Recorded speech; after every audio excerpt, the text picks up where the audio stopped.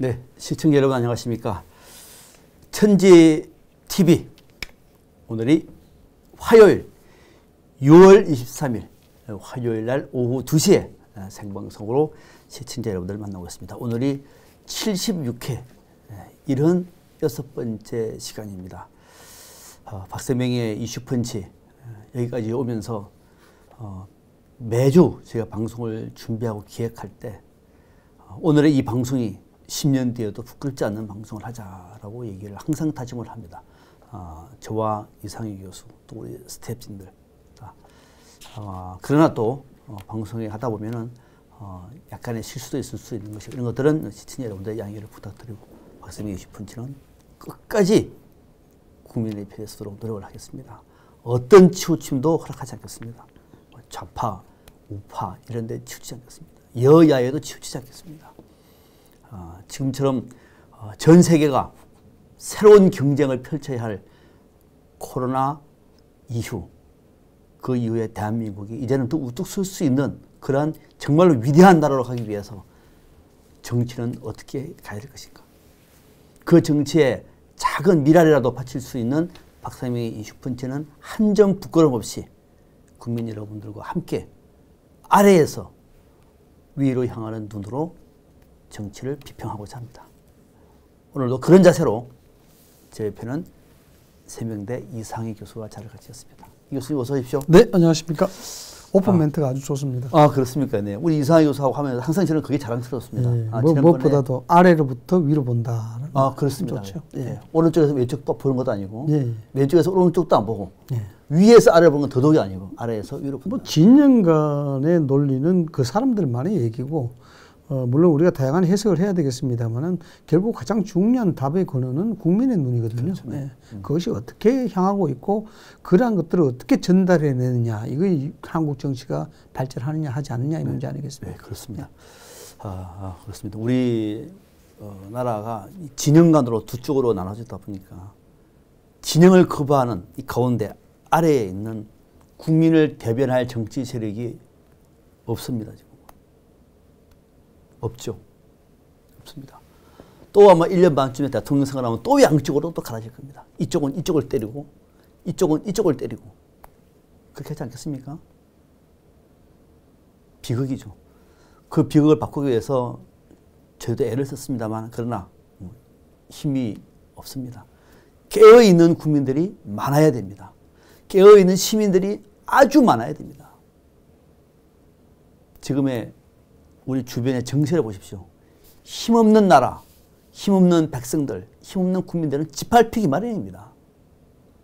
역사가 생생하게 증명해주고 있는 겁니다. 박세명의 이슈펀치가 이 시간에 오늘도 날씨가 꽤 덥습니다만 방송을 하고 가끔 오다가 소리도 치고 호소도 하고 분석도 하고 전망도 하고 하는 이유는 바로 위대한 대한민국, 더 큰 대한민국을 지향하기 때문에 그렇습니다. 그러나 저희들은 외롭지는 않습니다. 아직은 대한민국에 참 괜찮은 깨어있는 국민들이 너무도 많다는 사실을 알고 있기 때문에 그렇습니다. 그분들과 박세명 이슈펀치는 끝까지 함께 하겠습니다. 자, 오늘은 조금 주제가 민감한 주제이긴 합니다만 또 팩트가 정확하지도 않아서 조금 말하기는 조심스럽게 합니다만 그러나 이슈펀치이기 때문에 한번 다뤄보겠습니다. 오늘은 23일에 현지 시간으로 미국에서 출간이 됩니다. 우리 시간으로 오늘이니까 뭐 오늘 해도 괜찮겠네요, 그죠? 오늘 미국에서 출간이 됩니다. 공식적으로 존 볼턴 전 미국 백악관의 국가안보보좌관의 회고록 그것이 일어났던 방 제목도 이렇게 잡았습니다. 이 내용이 논란을 불러일으키고 있습니다. 솔직히 저는요 존 볼턴의 얘기 안 믿습니다. 깨놓고 말하면은 저는 이 사람을 조현병 환자라고 저는 생각합니다. 극우주의자, 전쟁주의자입니다. 미국의 공화당 안에서도 가장 강경파예요. 이런 사람들 목소리 안 믿습니다. 저는 아베 총리의 말 더 안 믿습니다. 그런데 아베나 볼턴이나 비슷한 류입니다. 국내에서는 마치 이것들을 전문가로 해가지고 대서특필하는 그런 신문사도 있습니다. 그런 기자들도 있습니다. 형편없는 사람들 많습니다. 저는 볼턴 얘기 다루고 한 번도 다뤄본 적도 없습니다. 이런 사람들에게 뻥끗하지 않습니다. 그런데 워낙 이슈가 되니까 이슈 펀치에서 한번 펀치를 날려야 될 것 같아서 좀 볼턴 얘기를 오늘 좀 해보려고 합니다. 그래서 오늘 첫 번째 주제는 볼턴이 얘기했던 이 회고록 2018년에서 2019년 한반도를 둘러싼 이 북핵 문제에 대한 얘기를 몇 가지 좀 나눠볼 것 같습니다. 그래서 제목은 볼턴의 역적질, 아베의 이간질. 그래서 제목도 볼턴의 역적질과 아베 이간질의 민낯. 이 제목은 우리 이상희 교수가 정했습니다. 아주 마음에 팍 듭니다. 볼턴의 역적질과 아베 이간질의 민낯이 무엇인지를 아마 시청자 여러분들은 아실 겁니다. 확인하기 위해서 이 내용을 썼습니다. 저희들이 이 방송을 통해서도 볼턴이 얼마나 나쁜 짓을 많이 했는지를 얘기를 했습니다. 하노이 회담 때 볼턴이 와 갔어서는 안 됩니다. 볼턴이요. 갔더라고요. 갔습니다. 저 사람은 가서는 안 될 사람이에요. 트럼프 대통령이 저런 사람을 가지고 주변에 참으로 쓰는 것 자체부터가 트럼프다운 거예요. 그래서 저는 지금까지도 하노이 회담은 미국이 판을 엎어버렸다. 이렇게 저는 확인을 했습니다. 몇 번 말씀도 드렸죠. 이번에 확인이 된 겁니다. 혹시 제가 그렇게 했다는데 논평도 하고 강연도 하고 했던 것을 설마 했던 분들이 계시죠? 이번에 역시 박성명의 진단은 정확했습니다. 미국이 판을 엎어버린 겁니다. 볼턴이 얘기했잖아요. 자기가 엎었다고. 이런 사람입니다. 그런데 중요한 건 미국에 그런 사람들 많은데 왜 이런 사람을 가까이 했을까요? 트럼프. 아무튼 오늘은 이 볼턴의 역적질과 아베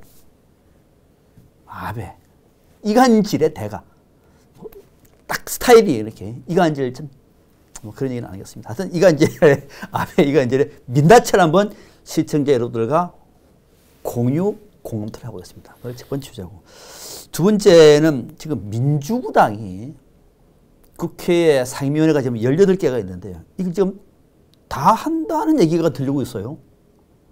헌정사상 처음 있을 수 있는 일이 가시화되고 있습니다. 에이 설마. 저도 그렇게 생각합니다. 설마. 그러나 통합당에서 협상 안 해 하면 방법이 없는 거죠. 다른 정당이라도 있어야 다른 정당 주면 돼요. 다른 정당도 없습니다. 통합당은 이걸 노린 거죠. 우리 빼고 하면은 독재, 우리와 같이 하면은 민주, 이런 프레임을 갖고 있는 거예요. 민주당은 안 걸린 겁니다. 그래? 다 할게. 지금 그런 분위기입니다. 그래서 오늘은 만약에 민주당이 18개 상임위원장을 다 가져갔을 때 이게 어떻게 되는 거지? 1년 반 뒤에 대통령 선거다. 요 얘기를 한번 알아보겠습니다. 상당히 좀 재미있는 얘기입니다. 이거는 상당한 추리가 필요한 대목입니다만 저희가 먼저 이 대목을 먼저 전제해가지고 한번 치도록 하겠습니다. 그래서 시청자 여러분들의 정치적인 상상력을 좀 높이는 데 도움이 될 수 있는 소재라고 생각합니다. 자, 첫 번째 주제로 가겠습니다. 볼턴의 역적질과 아베 이간질의 민낯. 좀 제목인데요. 자, 이 교수님. 네. 볼턴 전 백악관 보좌관, 국가안보보좌관. 북미 간의 비핵화 외교를 한국의 창조물이다. 이렇게 얘기를 했습니다. 그죠? 한국의 창조물. 한국이 만들었다는 얘기죠. 그죠? 그러면서 문 대통령 향해서 조현병 같은 아이디어다. 있을 수 없는 얘기를, 될 수 없는 일을 할 때 되는 것처럼 조현병 같은 아이디어라고 냉소적으로 표현했습니다. 근데 이거는 볼턴의 뿌리는 그런 거고, 우리가 볼 때에는 그동안에 남북 간에 북미 간에 테이블을 만들고 의제를 만들어내면서 동력을 발풀로 일으킨 것은 문재인 대통령이다. 역설적으로 그 얘기도 맞는 거잖아요, 이거는. 네. 네. 자, 말씀하신 대로, 우리 박상민 박사님께서는 볼턴에 대해서 부정적인 생각을 하고 계시다. 네. 이렇게 이제 말씀하셨고, 저 역시 그렇게 볼턴에 대해서 긍정적인 생각을 하고 있는 사람은 아닙니다. 강경 매파죠. 소위 말하면은 대북 관계에 있어서 가장 강력한, 소위 말해서 무력, 네. 이런 것도 주장하는 사람이고. 전쟁주의자죠. 네, 대북주의 제재와 관련해서 트럼프도 사실상 대북 제재주의자 아니겠습니까? 네. 다만 트럼프는 소위 말하자면 경제적 제재를 통해서 압박해 나간다는 그런 주의고, 볼턴은 무력을 사용할 수도 있다는 강경 매파로 꼽힙니다. 역적주의인지 아닌지는 제가 좀 더 두고 봐야 되겠습니다만은, 이렇습니다. 볼턴이 강경한 시각으로 본인의 기록에 의거해서 이걸 객관적 사항이라든가 또는 근거될 수 있는 증거를 제시하지 않고 썼는 것이 회고록이죠. 이거는 법적이나 제도적으로 아무런 문제가 없습니다. 단지 이 회고록이라는 그 자체가 본인의 생각을 가감없이 드러낸 거기 때문에 이것을 신뢰하느냐 마냐에 대한 문제는 뭐 그다지 중요하지 않습니다. 다만 우리가 여기서 어떤 정파에도 구애받지 않고 단지 국민의 시각으로 이야기해야 된다고 모두의 말씀을 드렸고 박사님도 그렇게 이야기했다시피 다만 볼턴이 이야기했는 중에 무엇이 문제가 될 수 있겠느냐라는 부분을 우리가 따져봐야 된다라는 것입니다. 예.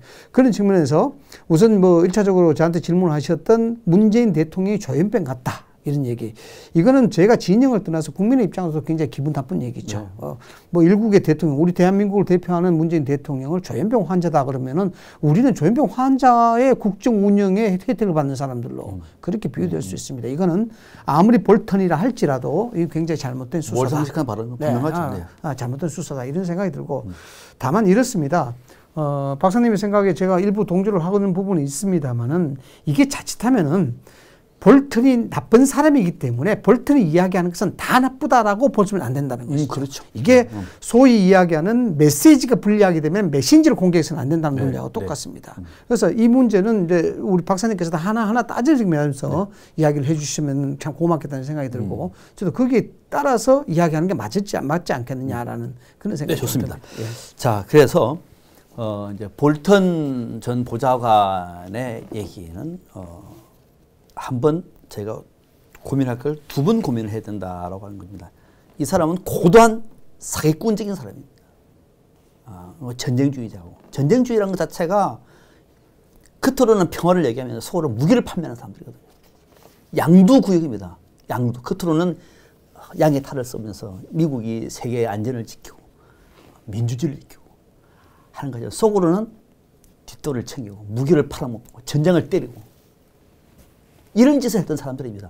미국에 엄청 많습니다. 미국의 무기업자들이 다 이런 사람들 중심으로 뭉쳐 있습니다. 저는 그런 사람이기 때문에 믿지 않는다는 얘기입니다. 대한민국에 힘만 있으면은 볼턴 같은 사람을 한국에서 부르겠습니까? 저런 사람을? 근데 힘이 없으니까 우리가. 없으니까. 이따가 나오겠습니다만 한국을 봉으로 보고 대한민국 대통령을 조현병 환자라고 얘기하는 이런 사람들을 가지고 있습니다. 정말로 대한민국 힘이 세야 됩니다. 국민 여러분들이 힘 있는 대한민국을 만들어줘야 됩니다. 얼마나 한국이 웃으면은 이런 얘기를 하겠습니까? 자, 그런 거고. 왜 이런 얘기를 하냐면은 그동안에 우리는 한 번도 있을 수 없는 북미 회담을 만들어냈다는 것은 어마어마한 겁니다. 문재인 대통령이기 때문에 가능합니다. 문재인 대통령 지지 반대의 문제가 아닙니다, 여러분. 제발 그런 식으로 한국 정치를 보면은 바보가 되는 겁니다. 지지할 것도 있고 비판할 것도 있는 거죠.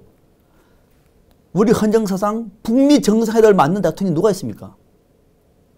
북핵 문제가, 남북 통일 문제가 북미 정상회담 된다고 생각하십니까? 문재인 대통령이 만들어낸 거죠. 잘한 거죠. 100번 박수를 쳐야 할 문제입니다.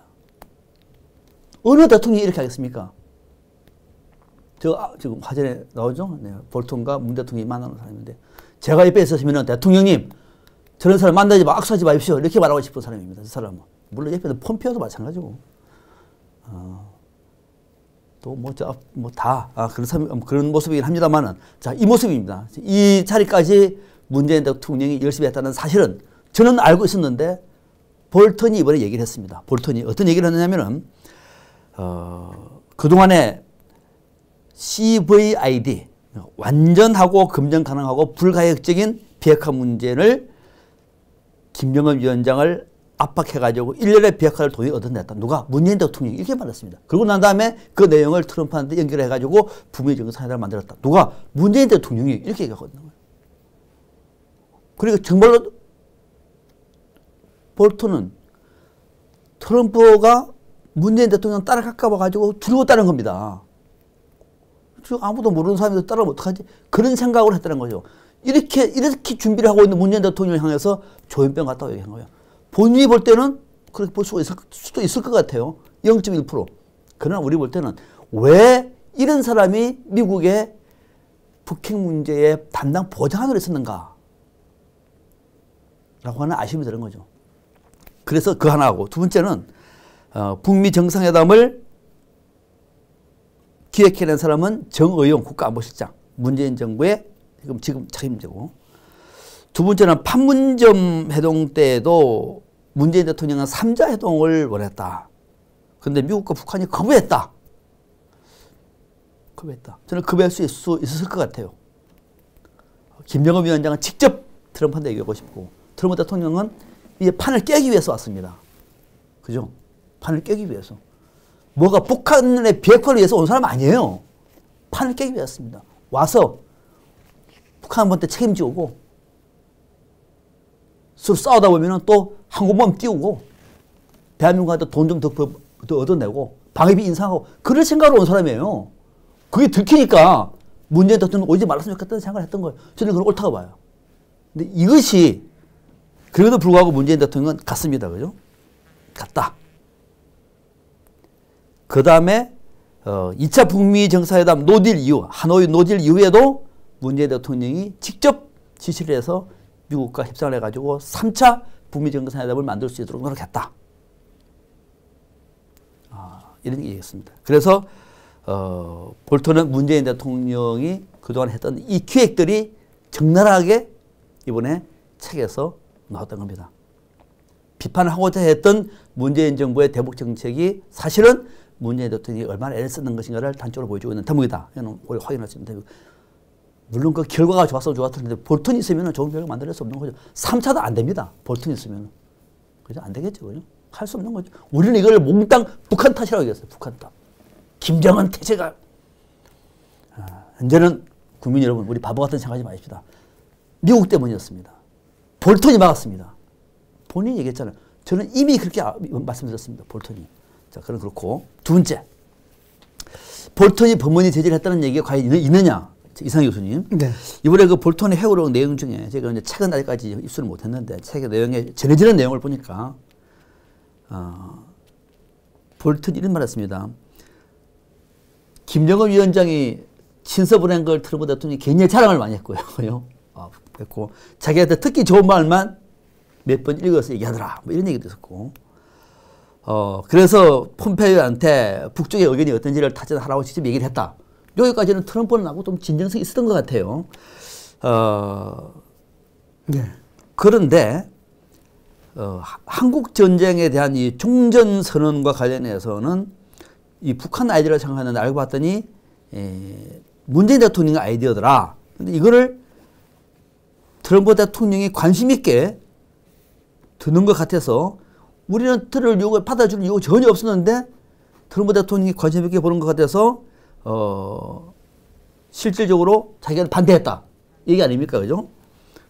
그리고 미국에는 종전선 해버리면 무기를 팔아먹을 나라가 한 개 줄어들죠. 장사가 안 되는 거죠. 그래서 볼턴을 반대했겠죠. 그죠? 제가 100번 반대할 줄 알았습니다. 남과 북이 종전선 해버리면 전략 무기를 후방으로 빼야 되는데 미국이 대한민국의 무기를 팔아먹을 수 있습니까? 팔아먹더라도 이만큼 팔아먹겠죠. 그죠? 전쟁 비슷하게 가야 이만큼 팔아먹는데 그러니까 볼턴은 반대하는 거예요. 남과 북이 지금 전쟁해라 그냥. 무슨 종전선언이냐. 저는 이럴 사람이라 생각했습니다. 근데 본인도 그렇게 얘기하고 있는 거죠. 근데 트럼프는 종전선언에 관심이 많았다는 겁니다. 저는 이거는 깜짝 놀랐습니다. 트럼프는 관심이 많았다. 볼턴이 많았다는 얘기 하나 있고. 그 다음에 직접 한 거는 볼턴이 또 싱가포르 북미 정상회담 일주일 전 2018년 6월 5일 날 볼턴이 트럼프와 폼페이오하고 오찬을 같이 했는데 이상희 교수님. 네. 트럼프 대통령이 한국 전쟁을 자신이 끝냈다고 말할 수 있을 것이라는 기대감에 매료되어 있었다. 이 대목은 상당히 놀라운 대목입니다. 진짜 트럼프 대통령은 주변에 참모들만 잘 얘기했으면은 종전선언에 가능했겠구나 이런 생각이 들어요. 네. 어쨌든 이 볼턴의 이 강한 어떤 전쟁을 불사하겠다는 강경파, 그 매파가 이 회고록을 냈기 때문에 이게 파장이 있을 수밖에 없는데 사실상 뭐 원론적인 얘기긴 합니다만 이 회고록이 좀 일찍 나왔죠. 사실상. 네. 뭐 누구든지 낼 수 있는 것 아닙니까? 강한 매파든 아니면 뭐 참새파든 솔개파든 네. 뭐 회고록에 다 낼 수 있는 문제인데 이게 좀 일찍 나왔습니다. 더군다나 트럼프 대통령이 재임하는 기간에 네. 나오는 것이고 또 더군다나 동북아 정세가 예민하게 돌아가는 상황에서 네. 이 회고록이 나왔단 말이죠. 어쨌든 이 회고록은 그런 시기적인 거고 또 환경적인 외교적 환경 안보적 환경을 감안하면 파장일 수밖에 없습니다. 네. 이게 다 사실 진위를 따져야 되기 때문에 그렇습니다. 가장 중요한 것은 이렇습니다. 그런 측면에서 볼턴의 회고록은 그렇게 긍정적이지만 않지만 전체적인 내용에 있어서 대통령이 당연히 이 부분에 대해서는 열심히 움직여야 되는 부분입니다. 그렇죠. 대북 문제에 있어서만큼 우리가 여기에 자유스러운 사람이 어디 있겠습니까? 남북 통일에 대한 부분들이 싫어하는 사람이 어디 있겠습니까? 모든 국민이 가지고 있는 공통된 아젠다란 말이죠. 네. 그래서 우리는 정부 수립 후에 6.25 전쟁 겪은 후에 늘 대치적 상황과 평화적 상황을 계속 엎치락 뒤치락 해왔습니다. 이런 노력들이죠. 그것이 체제에 대한 이해와 상호 교섭이 안 됐기 때문에 지금까지 그렇게 해왔던 부분이거든요. 그래서 지금까지 오왔던 문제입니다. 제가 왜 이렇게 장황하게 말씀을 드리냐 그러면은 궁극적으로 어떤 평화를 추진하고 이런 것은 다만 문재인 대통령뿐만 아니라는 얘기입니다. 역대 대통령이 다 그렇게 해왔다는 거죠. 그래서 다만 이 부분에 있어서 박 박사님이 말씀하셨다시피 북미 대화를 이끌어냈다. 이 점은 굉장히 놀랍죠, 사실. 그래서 그 당시에 트럼프 대통령이 노벨 평화상을 받아야 된다. 또는 문재인 대통령이 노벨 평화상 후보도 올라야 된다. 이런 논란까지 있었습니다. 네. 역사적인 장면이었죠. 그러나 그 과정에서 지금 볼턴이 이야기한 것이 그것이 이러한 배경에서 됐다라고 이야기를 하는 것입니다. 그런 측면에서 본다 그러면은 어쨌든 결론적으로 우리가 취해야 될 궁극적 목표 자체는 남북한의 평화 무드고 또 거기에 대해서 한반도의 전쟁에 대한 위협에서 벗어나는 평화 공존입니다. 이런 것들이 처음부터 단추를 잘 꿰어야 오히려 풀어질 수 있다라는 것인데 지금 볼턴의 얘기를 그대로 사실화해서 믿는다 그러면은 처음부터 단추가 잘못 꿰어진 거 아니냐라는 거죠. 네. 그래서 지금 북한이 저렇게 한반도의 위기를 조성하고 다시 나오고 삐라를 이야기 나오고 남한을 공격하고 있을 수 없는 비유를 해서 아주 폄하하고 이런 부분들이 결국 이러한 단추가 잘못 깨지는 선상에서 이루어진 것이 아니냐라는 것이죠. 그런 측면에서 야당도 여기에 대해서 그럼 사실은 뭐냐라고 이야기해라는 것이고 물론 볼턴이 우리나라 대통령 폄하하는 건 잘못된 것이죠. 그러나 이 메시지의 진실이 뭐냐라고 이제 보는 겁니다. 그 점을 우리가 봐야 된다는 것이죠. 이 볼턴의 주장에 따르면 이런 것 아니겠습니까?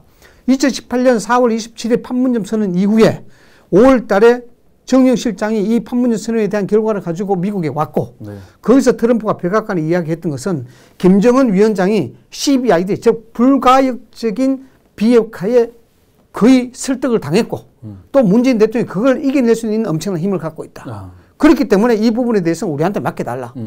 소위 말해서 한반도 운전자론이 거기서 나온 것 아닙니까? 그러면은 어떻게 되는 겁니까? 완전한 중심축이 우리가 되는 겁니다. 그렇죠. 네. 이 문제에 대해서. 네. 그랬기 때문에 미국의 트럼프 대통령은 어찌 됐는지 모르겠지만 한반도 비핵화 관련해서 문재인 정부의 요청에 수긍한 거 아니에요. 그렇죠. 네. 그래서 하노이를 갖고 싱가포르를 갖고 네. 계속해서 이루어진 거다 이거죠. 자, 그런데 볼턴의 이야기에 따르면 그게 아니다라는 것이죠. 네. 그러니까 북한도 전체적인 한반도의 전략적 전술 무기에 대한 비핵화를 이야기한 것이 북한의 비핵화가 아니라는 겁니다. 그래서 메시지가 다르다는 것이죠. 그렇기 때문에 이 메시지가 처음부터 잘났기 때문에 우리가 과정을 쭉 보면은 북한에서 한 번씩 이야기했던 것이 남한 정부는 여기에 빠져라라고 이야기하는 메시지를 찾아봤습니다. 예. 그것이 문재인 대통령이라든가 등등의 남한 정부에서 메시지를 잘못 전달한다라는 그런 의구심도 있었을 거예요. 그동안. 그래서 그런 저러한 정황을 비춰봤을 때 어쩌면 볼턴 이야기에서 사실 아니냐. 그렇기 때문에 첫 단추 잘못겠고 그래서 지금 나타나는 문제점, 환경, 조성 이런 것들에 대해서 명명백백하게 사실을 밝혀라라고 이야기하는 겁니다. 예. 그렇죠. 그런데 우리가 판문점 회담에서 북한의 CVID 그러니까 확실한 비핵화 의지를 1년에 하겠다고 얘기를 했다고 하면은 미국이 후속 조치에 화답을 하면은 가는 거죠. 트럼프 대통령은 화답을 할 준비가 돼 있었던 것 같아요. 거기에 대해서. 근데 여기를 방해한 사람이 볼턴이었던 겁니다. 볼턴은 안 믿은 거예요. 볼턴은. 그래서 CVID로 가고 우리는 종전선언을 가고 난 다음에 그 이후에는 평화협정 체제를 가서 북한과 미국도 수교를 할 수 있는 방안. 그때는 뭐 충분히 그런 얘기를 할 수 있었던 대목인데 이거를 볼턴이 반대한 겁니다. 볼턴이 반대했던 거죠. 볼턴이 반대한 이유는 볼턴은 전쟁을 하고 싶은 거예요. 남과 북이 충돌해가지고 무기를 팔아보고 싶은 거예요. 대한민국에. 대한민국 국민이 죽든 말든 그 뭐 볼턴이 무슨 생각입니까? 저런 사람이. 무기를 팔아보는 거죠. 대한민국의 수구 꼴통은 이런 볼턴의 목소리에 힘을 실어준 겁니다. 옛날에도 그랬습니다. 지금도 그런 무리들이 많습니다. 이 나라에. 아무튼 볼턴은 그런 역할을 했다. 그 과정 속에서 제가 놀라운 발견은 트럼프 대통령은 상당히 진전된 생각을 가지고 있구나 생각합니다. 하노이 회담 때도 얘기가 나왔던 게 하노이 회담에서도 합의서를 다 써가지고 갔는데 막판에 영변 핵시설 플러스 알파를 미국이 요구하는 바람에 성사가 안 됐다. 그 얘기는 과거에도 확인된 대목인데 이번에 또 한번 확인했습니다. 플러스 알파를 했다. 그러니까 영변 핵까지 얘기를 했는데 더 나와버리니까 그거 더 나오면 미국도 더 나올 거 나오는 거죠. 미국은 안 나오고 그거 더 하라고 얘기하니까 판 깨지는 거죠. 판을 깰 준비를 하고 갔다는 거죠. 그래서 볼턴도 당당히 걸어놓는 연습을 했다. 볼턴이 하노이에 가서 아무 성과 없이 나오는 건 연습을 해왔다. 정말로 우리한테는 나쁜 사람이죠. 그래서 역적질이라고 합니다. 대한민국에서 볼 때 역적입니다. 역적질을 한 겁니다. 자, 끝. 앞서 저희가 나왔습니다만은 이 트럼프 대통령까지도 한미동맹을 대가로 해서 지렛대로 해서 끊임없이 돈을 받아내려고 했던 것은 이번에 드러났어요. 그죠? 얘기는 뭐냐면은 북한이 미사일을 쏘니까 찬스다 하면서 지난해 7월에 일본에서 80억 달러, 한국에는 50억 달러를 받아내라. 안 준다고 하면 미군 철수한다고 해라, 위협해라. 그러면 또 우리나라는 또 보수 수가 미군 철수 반대, 뭐 통합당에서도 미군 철수 당신들 한미동맹 깨느냐 또 그렇게 나오지 않습니까? 그죠? 우리는 그렇게 해서 여기까지 온 겁니다. 아무튼 그렇게 하면서 당신한테 볼턴한테 협상에서 네가 유리하다. 안 그러면 돈 안 주면 미국 출산다고 얘기해버려라. 까짓 거 받아라. 한미동맹을 말로는 동맹이라고 실제는 주한미군을 용병으로 생각하고 있는 그 미국입니다. 돈 안 주면 철수한다 그러고 돈 주면은 더 내라 그러고 이런 나라가 미국입니다. 볼턴이 얘기했잖아요. 제가 말하면 또 저 반미분자 또 이렇게 얘기할 겁니다. 우리의 수준 아직 거기까지입니다. 그러나 볼턴이 얘기했습니다. 본인이 아니라고 얘기할 당사자 얘기합니다. 50억 달러를 받아내라. 50억 달러? 5조 원입니다. 5조 원. 어마어마한 돈입니다. 지금도 미국은 대한민국의 방위 분담금을 이전보다도 3배, 4배, 5배, 10배 받아내려고 합니다. 틈만 나면은 이 주한미군은 동맹군이 아니죠. 용병입니다. 용병. 언제까지 우리가 한미동맹 얘기하면서 미군에 이렇게 쩌쩌매야 됩니까? 언제? 그래서 종전선언을 하자는 겁니다. 평화체제로 가자고 해야 됩니다. 여기에 볼턴이 반대하는 겁니다. 진짜 그렇게 큰일 나니까 나쁜 사람이죠. 이제는 우리가 말할 수 있습니다. 이제는 우리 국민들이 알아야 됩니다. 볼턴을 통해서. 볼턴보다 우리가 더 뛰어납니다. 이런 사람들이 머릿속에 춤추는 대한민국이 아닙니다. 그죠? 그거 하나. 근데 요 시간이, 아이고, 얘기하면 시간이 너무 지나가서.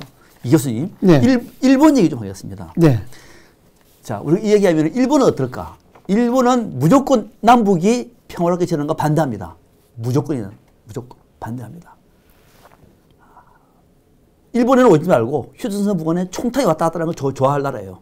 그걸 명분으로 일본의 군대를 보내고 싶어 하겠죠. 그런 꿈입니다.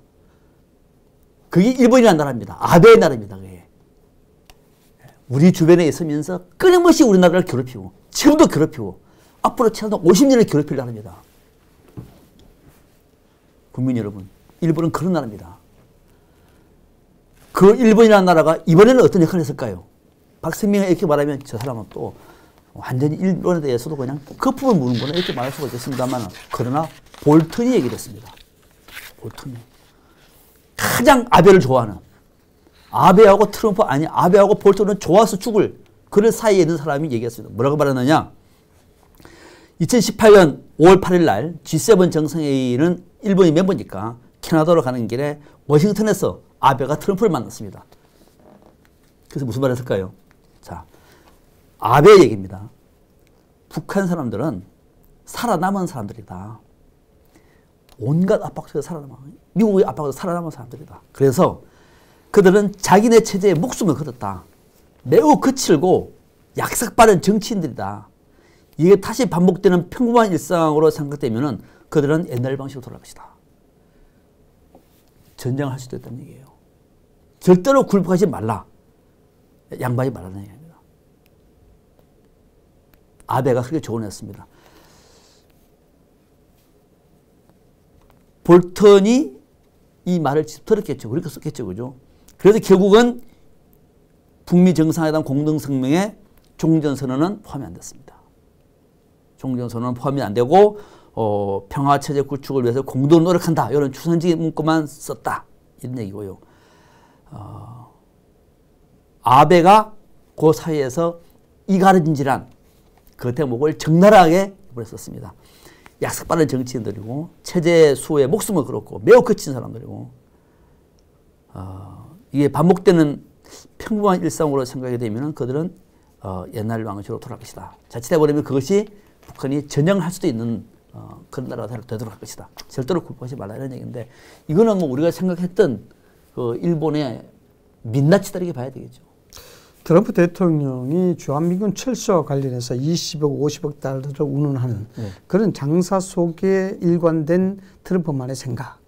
그리고 남의 불행은 곧 나의 행복이 될 수 있다는 아베 총리의 전쟁관. 뭐 이런 것 아니겠습니까? 네, 그렇습니다. 뭐 이런 것들은 여야 또 뭐 진보 보수 진영을 떠나서 소위 자주적 정신에 입각해서 이야기한다면 참 안타까운 일이죠. 뭐냐 그러면은 이 남북한 문제는 사실상 우리가 어느 정도의 환상에서 약간은 좀 벗어날 필요가 있는 부분이 하나 있습니다. 뭐냐 그러면은 우리가 자주적 입장에서 본다 그러면 북한과 남한의 어떤 주체적인 입장에서 해결해야 될 그런 통일에 대한 문제긴 하나 이건 1960년, 50년도 6.25 전쟁을 통해서 이게 국제 문제가 되어버렸거든요. 네. 이것이 국제 정세에 우리가 타이든 자이든 여기에 말려들 수밖에 없고 거기에 의존할 수밖에 없는 질서가 있습니다. 질서가 있기 때문에 이 부분에 우리의 자주성을 이야기하기에는 굉장히 힘이 붙이다라는 부분이 사실상 그게 우리 한계죠. 그래서 이 남북 문제는 결국 우리 내부에 늘상처럼 있어 왔었던 남남 갈등을 유발시킬 수밖에 없는 아젠다가 이 아젠다입니다. 네. 그래서 저는 트럼프가 이렇게 장사 속으로 동북아의 정세, 안보 그리고 남북한의 대치적 상황 이걸 계산과 상업적으로 판단하는 그 자체가 굉장히 불쾌하다. 불쾌하죠. 예, 불쾌하다. 그리고 또한 아베 또한 이런 부분이 볼턴의 회고록을 통해서 나타났고 이것이 사실인지 아닌지는 좀 더 봐야 되겠습니다만 이걸 과연 한반도가 전쟁 위기에 있어야만이 우리가 훨씬 나은 위치에 있다라는 그런 사고가 있다 그러면 그건 발상을 버려야 되겠죠. 그거는 굉장히 치졸한 발상이죠. 뭐냐면은 우리가 다 알다시피 1950년 6.25 전쟁으로 말미암아 일본은 경제대국으로 올라서는 발판을 만들었습니다. 네. 뭐 이런 것들은 우리는 사실 잊어버려서는 안 된다는 것이죠. 그래서 결국 이게 참 진영한 논리 때문에 남남 갈등을 유발시킬 수 없는 문제, 그래서 될 수밖에 없는 문제가 이 남북한 문제지만은 이 부분은 우리가 어느 정권의 일방적인 정치적 아젠다를 가져갈 게 아니라는 겁니다. 그래서 이게 신축해야 되고 사실상 그런 여러 상황을 정말 면밀하게 보고 하나하나 신중하게 움직여야 될 문제다. 저는 그 말씀을 드리고 싶습니다. 좋은 지적입니다. 그렇습니다. 참 남북 문제, 한반도 평화 문제, 전 세계에 유일하게 분단 국가입니다. 국민 여러분, 대한민국은 아직은 냉전 체제, 마지막 갈라진 허리를 철조망이 막고 있습니다. 이것을 걷어내려고 하는 눈물 나는 노력들. 북한은, 한국은 항상 이렇게 어느 큰 주변의 나라들보다 당해왔습니다. 이번에 한번 해보려고 하니까 역시 트럼프는 장사 속이었습니다. 돈만 받아내려고. 참모는 판을 깨버립니다. 일본은 이간질하는. 우리 국민이 알면 됩니다. 그러면 앞으로 우리가 이길 수 있습니다. 근데 우리 국민들 잘 모릅니다. 또 무슨 진영 싸움으로 문재인 정부 욕하고 무슨 야당 욕하고 그냥 서로 싸움질하고. 옛날에 대한민국 조선이 망했을 때 우리의 분열사 보면 여러분 눈물 나지 않습니까? 이 우수한 민족이 왜 이렇게 매번 싸움질하다가 맨날 당하는가? 지금도 우리는 이 대한민국에서 차 한 대 만들어내고 무슨 뭐 조그마한 그 제품 하나 만들어내고 TV 만들어내고 그 쌓은 축적된 불을 국민을 위해서 쓰지 못하고 맨날 무기나 사고 방위비나 올려주고 언제까지 이렇게 해야 됩니까? 대한민국이. 우리끼리 또 싸움만 하고. 자, 이제는 아닌 것은 아니라고 할 수 있어야 됩니다. 그래서 저는 정치권의 진영 논리를 굉장히 싫어합니다. 그러나 앞으로 뭐 대통령 선거는 그렇게 갈 수밖에 없을 것 같아요. 또 비극입니다. 뭐 우리가 만들어낸 겁니다. 진영 싸움에. 앞으로 1년 반 동안 우리 정치권 엉망진창으로 싸울 겁니다. 두고 보십시오. 싸울 겁니다. 또 길거리에 태극기가 또 아마 난무할 겁니다. 어떤 사람은 일장기도 들고 나오고 이스라엘 국기도 들고 나오고 십자가도 나오고. 자, 그러나 그들이 이제는 소수라는 사실을 지난 총선에서 우리 봤죠. 그죠? 위대한 국민은 전진합니다. 이 현실을 우리가 어떤 특정한 민족주의적인 국뽕 뭐 이런 논리로 여러분 절대로 보지 마시고 볼턴의 얘기를 통해서 우리는 뭐를 배울 것인가를 정확하게 알아야 됩니다. 그 얘기 한번 정리를 해보겠습니다. 다음에 혹시 더 관련된 책이라든지 더 많은 내용이 나오면 그것도 한번 정리를 하고 오늘은 일본의 아베의 이간질까지 포함해서 이번에 우리가 확인됐던 팩트 4가지만 한번 정리를 하겠습니다. 이거는 이제 저희들끼리 한번 정리를 했던 내용인데 첫 번째, 문재인 대통령이 중재자로서 북핵 협상의 중재자로서 동분서주했다. 조현병 환자라고 비판받을 정도로 새로운 아이디어를 가지고 테이블 위에 올려놓았다. 이걸 확인했답니다. 미국에서는 돌을 던질지 모르지만 대한민국에서는 박수를 칩니다. 첫 번째. 두 번째, 트럼프는 싱가포르 북미 정상회담 때 종전선을 원했다. 이것만 됐으면 얼마나 좋았을까요? 볼턴만 없었으면 얼마나 좋았을까요? 바로 제 옆에 볼턴 아저씨만 없었으면 원했다는 거죠. 저도 될 줄 알았습니다.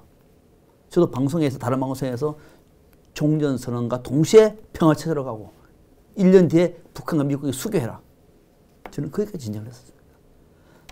이번 시대의 마지막으로 냉전 체제의 피날레를 장식하자라고 수없이 얘기를 했습니다만은 갑자기 판이 깨져버린 거예요. 볼턴이 있었던 거예요.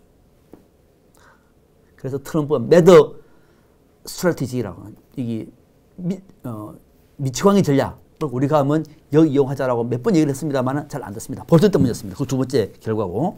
두 번째 결과는 종전선을 원했다는 거고. 세 번째는 아베는 노골적으로 반대한다. 이건 알고 있는 거죠. 앞으로도 아베는 반대할 겁니다. 내년에도 반대할 겁니다. 내후년에도 반대할 겁니다. 아베는. 근데 이 아베가 일본에서 망하고 있답니다. 그 일본도 지금 망하고 있습니다. 아니 뭐 망한다. 일본도 지금 추락하고 있습니다. 어디까지 가느냐 보겠습니다. 일본은. 우리한테는 불구대천의 원수 국가입니다. 국민 여러분들 정말 알아야 됩니다. 일본이 경제적으로 세계 2위, 3위를 달립니다만은 왜 선진국이 아니냐?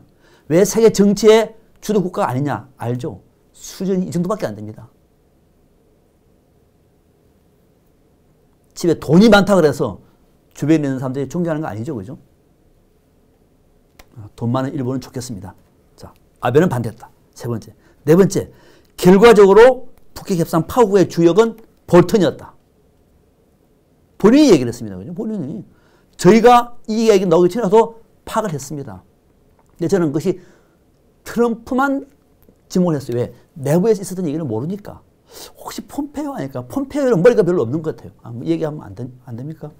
폼페이오는 별로 전력이 없는 것 같아요, 사람은.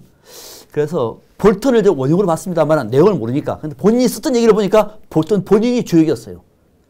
그래서 오늘의 우리 이 제목은 아주 멋진 제목을 뽑은 게 결과적으로 이번 해고록을 통해서 느낀 거는 볼턴의 역적질과 아베 이간질의 민낯으로 결국은 북핵 협상은 파국이 났다. 지금까지는. 그러나 앞으로는 가능성이 있습니다. 그죠? 저는 가능성이 있을 것 같아요. 짧은 시간 안에. 그럼 지켜보겠습니다. 여기 두 번째 주제고, 시간이 벌써 40분이 걸렸습니다. 네, 첫 번째 주제는 볼턴의 역적질과 아베 이간질의 민낯을 이번에 우리가 확인했다는 대목이고요. 이상하게 두 번째 주제인데요. 네. 지금 민주당이 국회 상임위원회가 18개가 있지 않습니까? 네.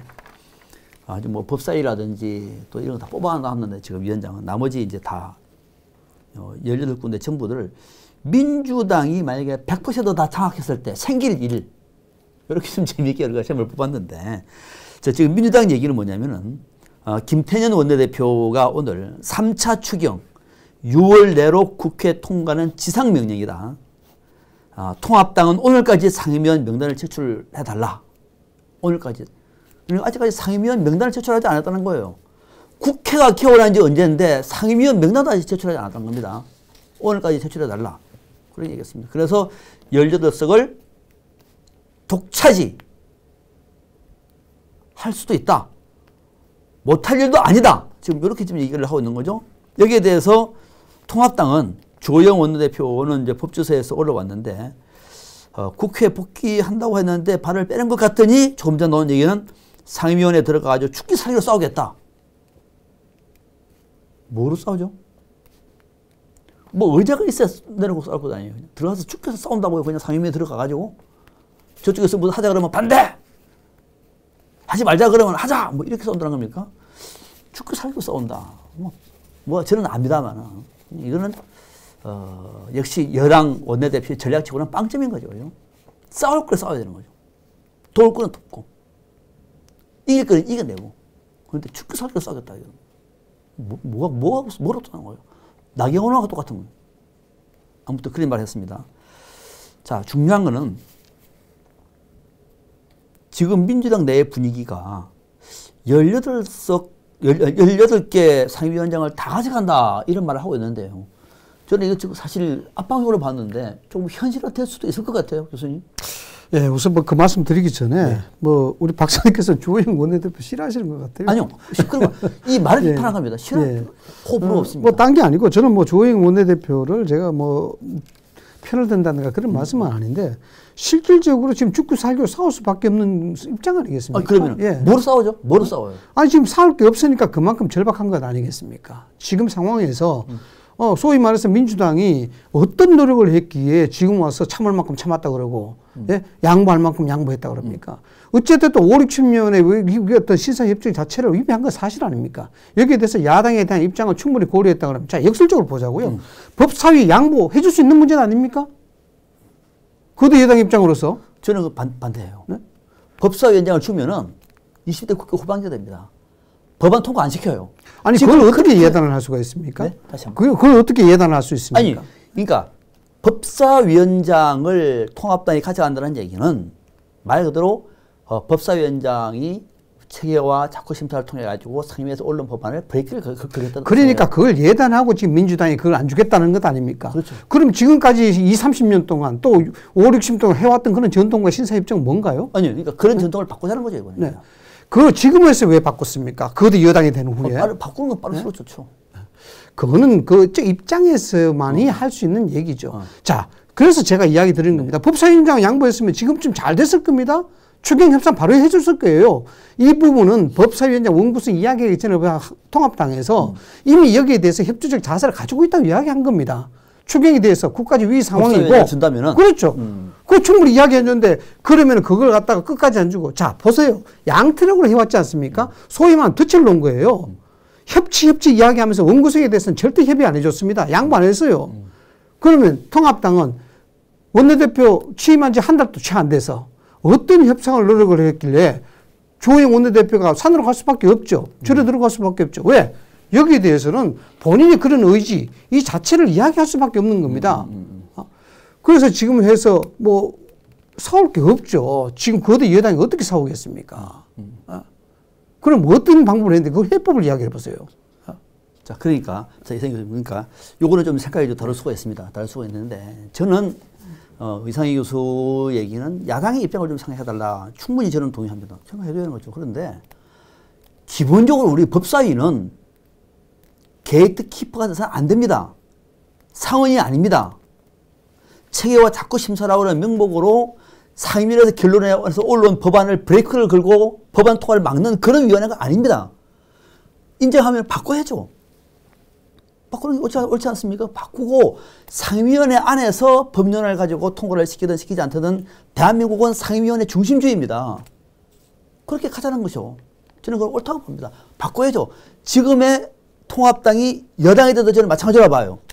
여당에서 법사위원장 가져가지고 법을 통과시켜야 되는 거죠. 언제까지 야당한테 줘가지고 그 안에서 그냥 끌어안고 난 다음에 패스도 트레이도 들어놓고 이게 대한민국 국회라고 하면 아닌 거죠. 더더욱 이번에 국회 의석도 180석입니다. 이거는 국민들한테 국회를 좀 더 효율적으로 운영해달라고 하는 메시지도 포함되어 있는 거예요. 저는 그렇게 읽습니다. 그러나 18석을 다 가져간다라고 하는 건 저는 그건 동의하지 않습니다. 최소한 11대 7 정도는 야당에 배려를 해야 되는데, 자, 그러면 이상희 교수님, 네. 뭐 그런 두 번째 문제고, 통합당에서 끝내 7개 의석도 필요 없다. 다 가져가라 그러면은 다 가져갈까요?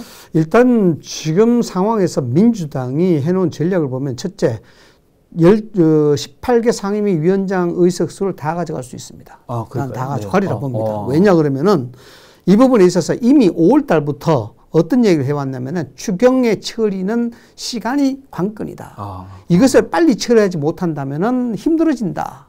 경제 회복에. 추경을 명분을 해서 18개 다 가져갈 수도 있다. 그렇죠. 추경이 빌미로. 네. 그렇게 될 수밖에 없고 네. 지금 대통령이 또 한마디 했지 않습니까? 이 추경 처리에 비상한 조치를 해야 된다라고 이야기했습니다. 이 대통령의 워딩에 비상한 조치라는 것은 쉽게 쓸 수 있는 워딩이 아닙니다. 네. 그 비상한 조치라는 것은 이 부분에 무리하더라도 빨리 처리를 해라. 그래서 예정대로라면 6월 15일에 상임위 구성해서 추경 심사에 들어가고 6월 30일에 통과돼야 돼요. 네. 시기적으로 늦었다는 거죠. 그래서 그러한 무리수로 서더라도 아마 이 18개 상임위 연석을 다 가져가서 처리할 수도 있다라는 것이고, 여기에 대해서 조금 전에 내가 통합당 입장에 있어서 이야기하는 듯 했습니다만은 이 부분에는 민주당의 큰 그림이 있어요. 어떤 큰 그림이 있냐 그러면은 결국 내년도 대선 전략에 차질이 없이 수행해 나가겠다. 이런 어떤 큰 그림이 있는 겁니다. 뭐냐 그러면은 자, 법사위 우리 박사님께서 말씀하셨다시피 게이트키퍼입니다. 여기에 소위 말해서 소통합당이 일일이 딴지를 건다 그러면은 굉장히 힘들어지겠죠. 그러나 그걸 예단하고 미리 그걸 막는 것 아니겠습니까? 통합당이 그럴지 안 그럴지도 모르는 상황에서 야당이 역할을 하겠지요.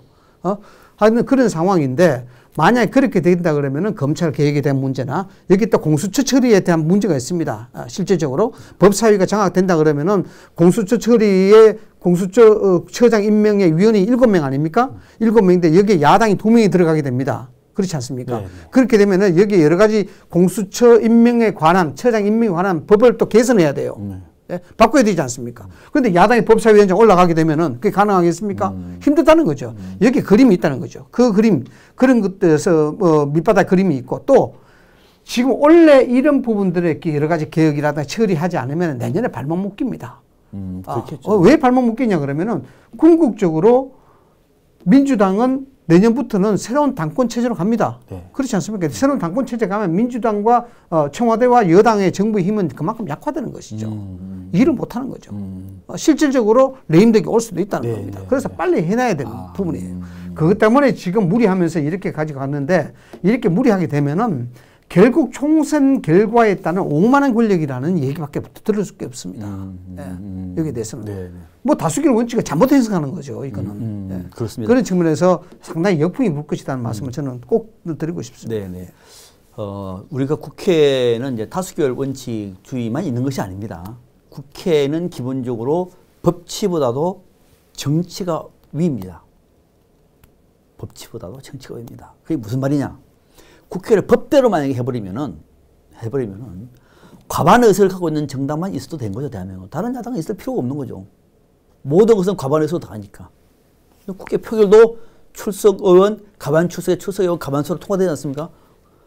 300개 의석 중에서 151개만 있어도 다 할 수 있는 거예요. 그럼 나머지 의석은 뭐 집에 가도 되는 겁니다. 그렇게 하라고 있는 게 야당을 뽑는 게 아니잖아요, 그죠? 한 석이 있더라도 그 한 석 의원을 설득을 하고 동의를 구해내고 그들의 목소리에 귀를 기울이고 라고 말해서 우리는 민주주의 국가를 만들어 봅니다. 그래서 법치보다는 정치가 위라고 얘기한 것이고, 제1야당을 존중하고 제1야당을 의회 정치의 동반자로 생각하는 얘기는 비록 야당을 뽑은 국민들이라도 대한민국의 국민입니다. 그들의 목소리에 더 귀를 기울여라 라고 하는 메시지도 포함되어 있는 것이죠. 그렇게 해서 저는 민주당이 18석을 다 가져가는 것은 절대적으로 반대합니다. 안 하느니 못할 수도 있습니다. 그런데 뭐 저는 그런 것이고, 지금 김태년 원내대표 얘기 들어보니까 통합당은 오늘까지 상임위원 명단을 제출해달라 하지 않으면은, 그러면은 국회의장이 배정을 합니다. 안 할 경우에는. 국회의장이 배정을 하고 상임위원장은 8개 다 져가고 그렇게 해서 와 국민 여러분 지금 북한 문제도 어렵고 추경도 급하니까 바로 상임위원회를 가도하겠다. 이렇게 말하면은 통합당은 들어가도 별로 할 얘기가 없어요. 그 뭐 이미 3분의 1을 차지하고 있는데 다수 할 테니까 반대할 사람 손 들으세요. 반대하면은 다수로 찬성해버리고. 자, 이렇게 갈 가능성이 있다는 거죠, 지금. 그래서 이거는 아니다.